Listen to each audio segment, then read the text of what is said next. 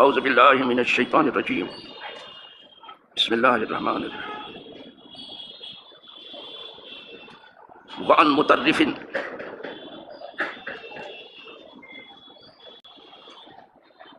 ابن عبد اللہ ابن شخیر عن ابیہ قال اتیت النبی صلی اللہ علیہ وسلم وهو يصلي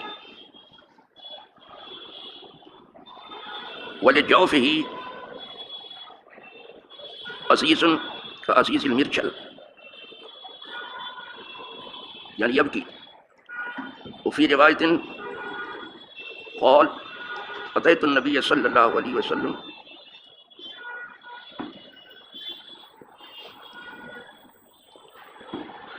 وفي صدره عزیز كعزیز الرحى من البكاء رواه احمد وروى النسائی والروایت الاولى وابو داود الثانیہ. دیکھنے میں تو میں نے آج ایک ہی حدیث پڑھی ہے، لیکن اس ایک حدیث کی روایت دو طرح سے ہوئی ہے.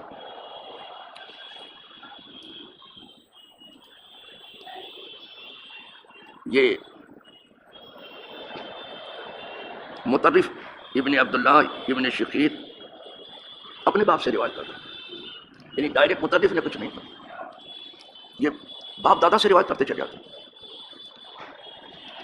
کہ ہمارے باپ نے یہ روایت کی، ہمارے باپ کے باپ نے یہ روایت کی، ہمارے باپ کے باپ نے یہ روایت کی.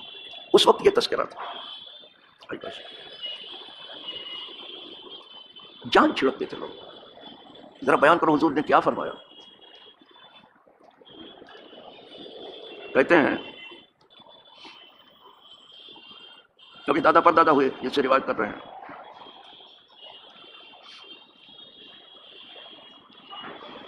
کہتے ہیں میں حضور صلی اللہ علیہ وسلم کی خدمت بابرکت میں حاضر ہوا.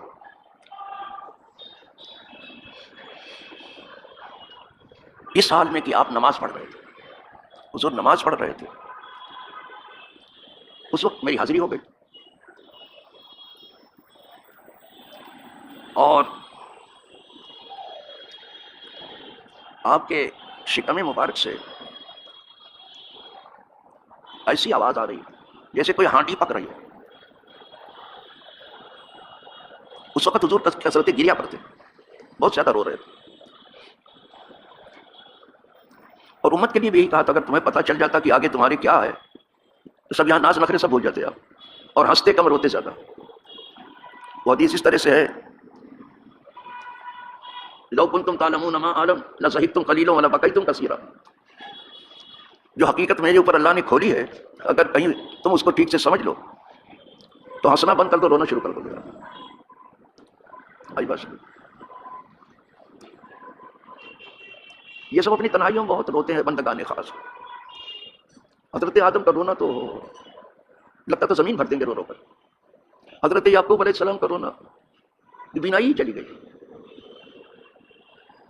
اتنا کثرت سے روئے تھے.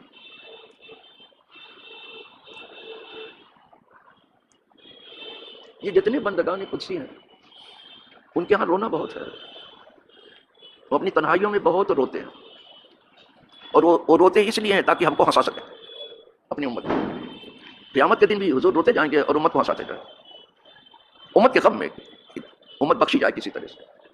اب جیسے اس وقت لوگ اپنے نبی کی خوشی منا رہے ہیں اپنے اپنے طور پر، جو کمزوری اللہ دور کر کے اس خوشی کو قبول کر لے، سب سے قبول کر لے جیسے بھی لوگ منا رہے ہیں.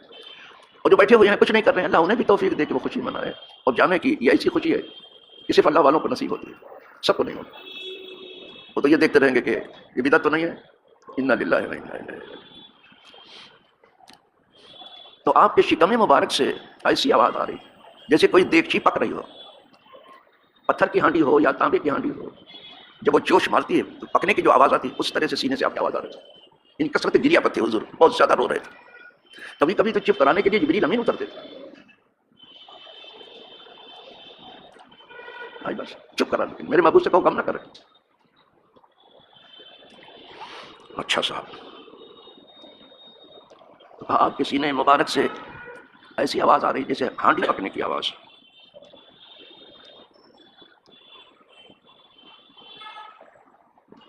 اب اس کو کھول رہے ہیں یعنی یبکی، یعنی حضور رو رہے تھے. اب پتہ چلا کہ اللہ کی یاد میں رونے سے نماز بہت اوپر ہو جاتی ہے. اس کے آگے نہیں روئیں گے تو کہاں روئیں گے؟ ہاں، دنیا دار کے سامنے رونے سے کیا فائدہ؟ دنیا دار اندھا ہے، بہرا ہے، گنگا ہے. اندھے کے آگے رونا اپنا دونوں دیدہ کھونا. آپ کے سینے مبارک سے روتے وقت وہ آواز آ رہی جیسے ہانڈی جو ہے جوش میں ہو، پکڑا ہو کچھ اس میں. دوسری روایت سنیے، وفی روایت دوسری روایت میں یہ آیا ہے کہ رأیت النبی صلی اللہ علیہ وسلم وفی صدرہ عزیز عزیز رہا. رہا چکی کو کہتے ہیں. میں گیا، حضور نماز پڑھ رہے تھے اور آپ کے سینے سے ایسی آواز، جیسے چکی جب چلتی تو آواز آتی ہے نا. اب تو یہاں شہروں میں وہ چکی ہے ہی نہیں، ہماری دیہاتوں میں بھی ہے.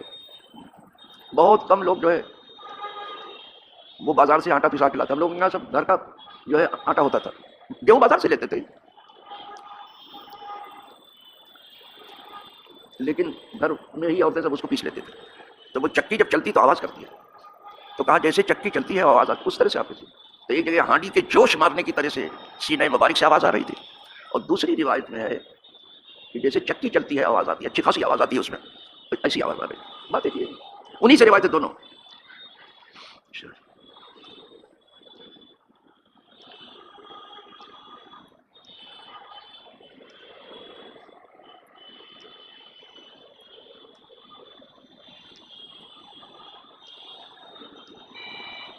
دیکھو ادھر آؤ، دیکھو دیکھا کیا ہے. بعض باریک لکھ دیتے ہیں تو میں پڑھ نہیں پاتا ہوں. کہاں ہی ہے؟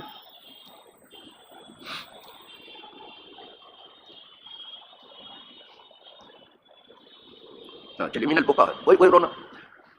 وہاں یعنی لگانا پڑا تھا، یہاں من البکا کہہ دیا کہ رونے کی وجہ سے یہ آواز آ رہی تھی. تو جن کے ہاتھ میں دونوں جہاں کی نعمتیں ہیں وہ اپنے مولا کی یاد میں اس طرح سے روتے ہیں. ہم کی کچھ نہیں رکھتے ہیں، جانے کیا کیا لیے بیٹھے ہیں. اللہ معاف کرے اور اچھی توفیق دے. اب یہ فرق بتا رہے ہیں کہ ہم نے دو روایتیں جو پیش کی تو کون سی روایت کس کتاب میں ہے اور کون سی روایت کس کتاب. یہ پڑھے لکھے لوگوں کے لیے. اسے امام محمد حنبل نے بھی روایت کیا ہے اور اسے نسائی نے بھی روایت کیا ہے.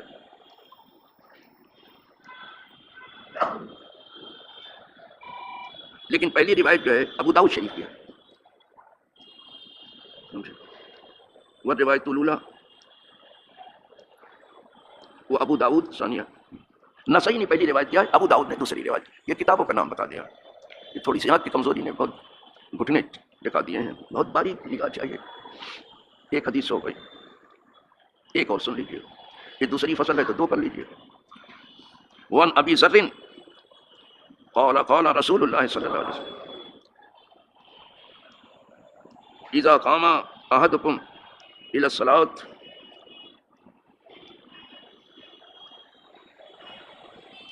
فلا يمسح الحصى. حضور فرماتے ہیں جب تم میں سے کوئی نماز کے لیے کھڑا ہو تو کنکڑی ہٹانے میں نہ لگ جائے، اس کو مس نہ کرے. لیکن اگر بہت زیادہ کنکڑی ہے تو سجدہ کرنا مشکل ہے، ایک مرتبہ اس کو ہاتھ کر دیتے. اور کچھ لوگ پیشاب کرنا شروع کرتے ہیں تو پھر چلاتے ہی رہتے ہیں ہاتھ. تو منع. نماز میں زیادہ نقل و حرکت نہیں، کم سے کم اتنے سے پھر نماز میں آپ کے فرق نہیں آئے. تو چاہیے کہ وہ کنکڑیوں کو زیادہ صاف نہ کریں. کیوں؟ آپ وہ دلیل بیان فرما دیں. فإن الرحمۃ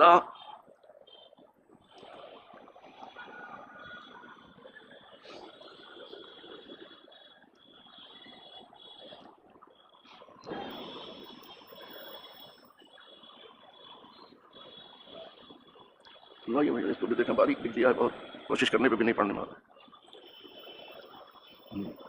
ہاں تواجہ، اس لیے کہ رحمت اس کی طرف متوجہ ہے.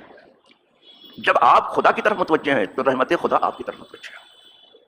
تو پھر ادب کے بالکل خلاف ہوا کہ جب خدا کی رحمت آپ کی طرف توجہ میں ہو تو آپ گڑی ہٹانے میں لگ جاؤ اور اسی کو نپٹتے رہ جاؤ. ایسا مطلب. لیکن فرمایا پہلی حدیث، اس سے پہلے جو حدیث گزری اس میں آیا تھا کہ اگر ضروری ہو سجدہ کرنا مشکل ہو تو ایک مرتبہ ہٹا دو، ہٹ جائے گے. الحمدللہ رب العالمین. اس سے پتہ چلا کہ آپ یہ نہ سمجھنا کہ ہم کہتے ہیں اللہ ہم تیرے لیے نماز پڑھتے ہیں للہ تعالیٰ. ہر نماز میں یہی کہتے ہیں نا کہ اللہ کے لیے. منہ میرا ہمارا منہ صرف قبلہ کی طرف ہے، سجدہ اللہ کی طرف ہے. بس ایک طرف منہ کرنے کو بتا دیا کہ سب ایک ہو کر کے رہو، بس سجدہ اللہ کے لیے. تو جب ہم اس کی طرف متوجہ ہوتے ہیں تو وہ ہماری طرف ہوتا ہے. خدا کرے ایسا ہو. یہ بہت بڑی سعادت ہے. کہا جس وقت تمہاری طرف رحمت متوجہ ہے؟ اس وقت کنکڑی ہٹانے میں مت لگ جانا بابا، بس یہ تو حدیث ہو گئی. اسی لیے شاید علامہ جامی کا ایک شعر ہے، میرا خیال ہے، کہتے ہیں کہ ایک لہجہ دلا غافل ازا ماں نہ باجے، شاید کی نگاہ کنت آگاہ نہ باشے. ایک ذرا دیر کے لیے بھی اپنے مولا سے توجہ مت ہٹاؤ بابا، شاید کی وہ رحمت ہو رہی ہو تیری طرف اور تم کہیں اور مشغول ہو جاؤ. اللہ بچا دے سب کو. وآخر دعوانا الحمدللہ رب العالمین.